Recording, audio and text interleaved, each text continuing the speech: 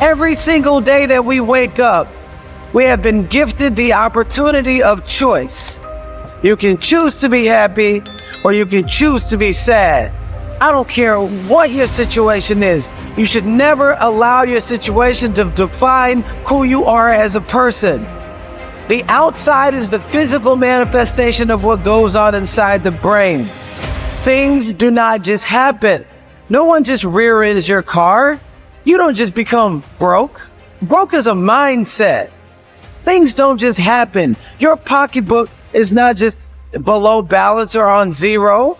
You're not just by chance you're just overweight.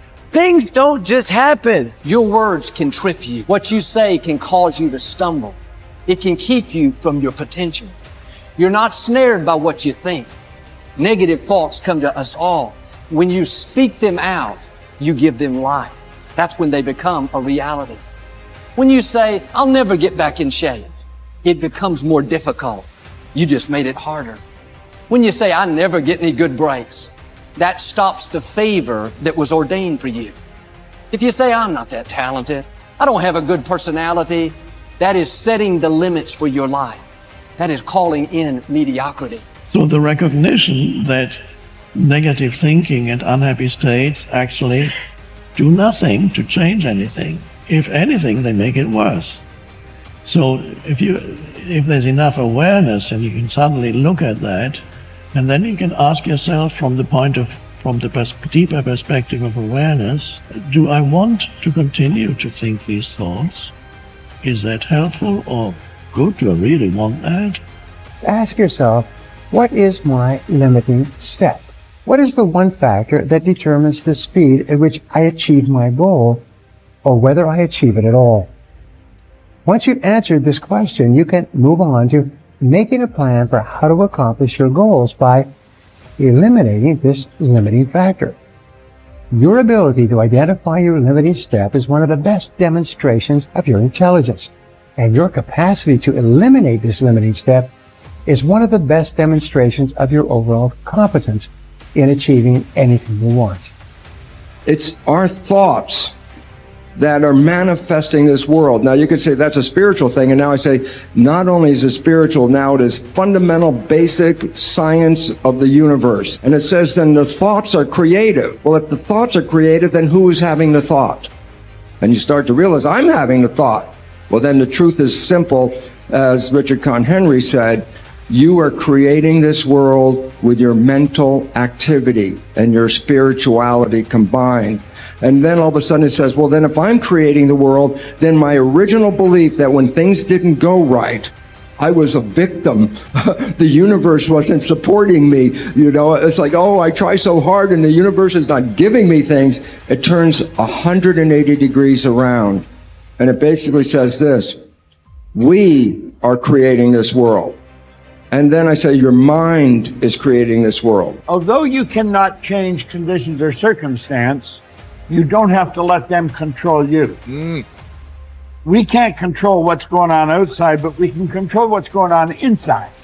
You know, and unfortunately, I don't think many of us have been raised to really understand that. And it's a lack of understanding that's causing all our problems. We are the only creature on the planet that's totally disoriented in our environment. All the little squirrels, the birds, all the animals are completely at home in their environment. They blend in. You and I are totally disoriented in our environment. We've been given the mental faculties to create our own environment. However, we go right through school and we've never learned that. We have higher faculties, and the average person has no knowledge of how to operate with them, how to develop them.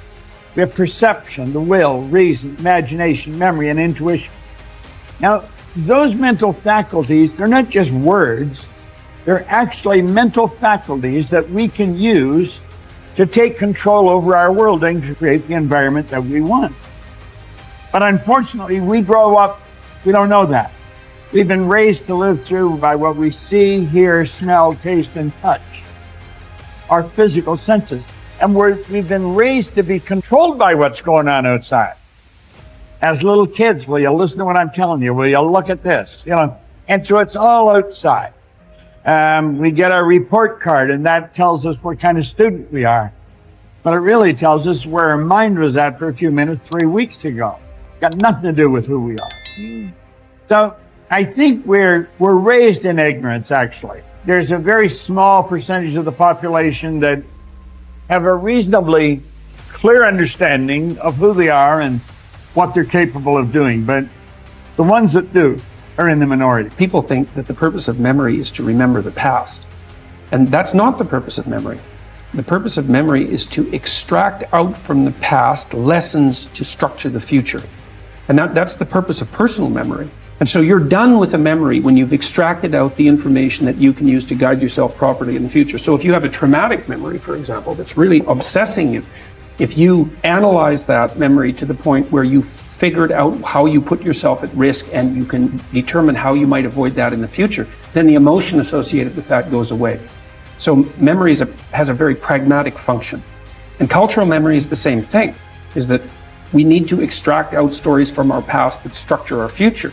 And we need that because, well, first of all, if you don't have a purpose, let's say, it isn't that your life becomes neutral in a meaningless sense.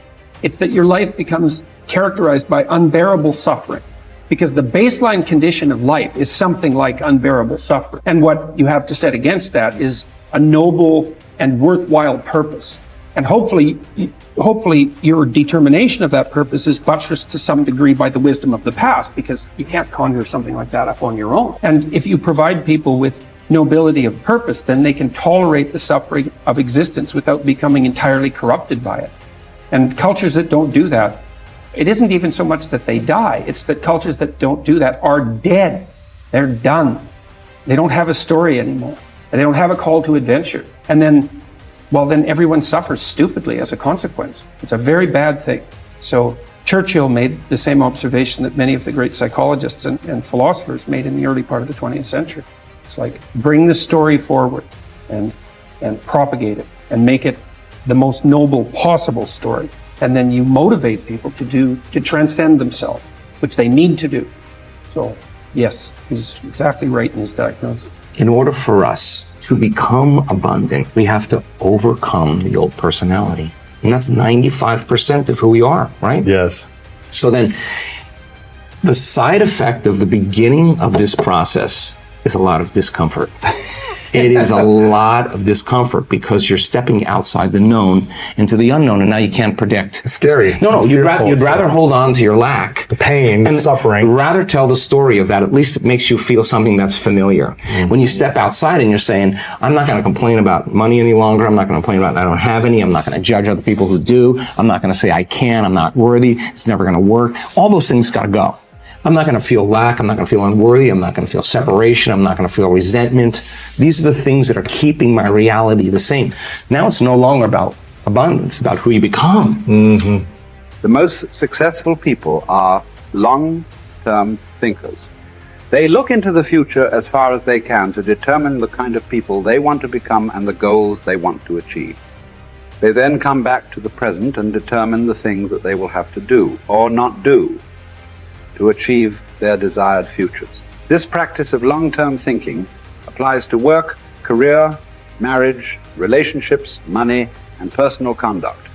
Successful people make sure that everything they do in the short term is consistent with where they want to end up in the long term.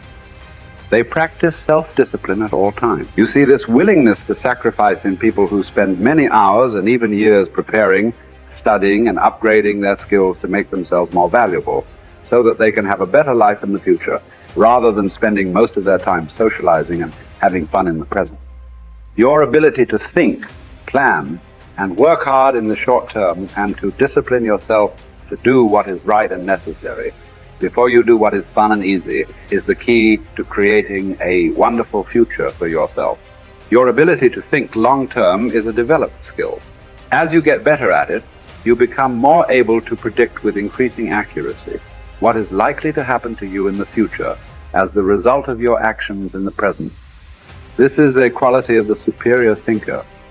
The common denominator of success was that successful people make a habit of doing the things that unsuccessful people don't like to do. And what were these things? It turned out that the things that successful people don't like to do are the same things that failures don't like to do either. But successful people do them anyway because they know that this is the price they have to pay if they want to enjoy greater success and rewards in the future. Successful people are more concerned with pleasing results, whereas failures were more concerned about pleasing methods. Successful, happy people were more concerned with the positive, long-term consequences of their behaviors, whereas unsuccessful people were more concerned with personal enjoyment and immediate gratification. The top people were those who were more concerned with activities that were goal-achieving, whereas average people were more concerned with activities that were tension-relieving.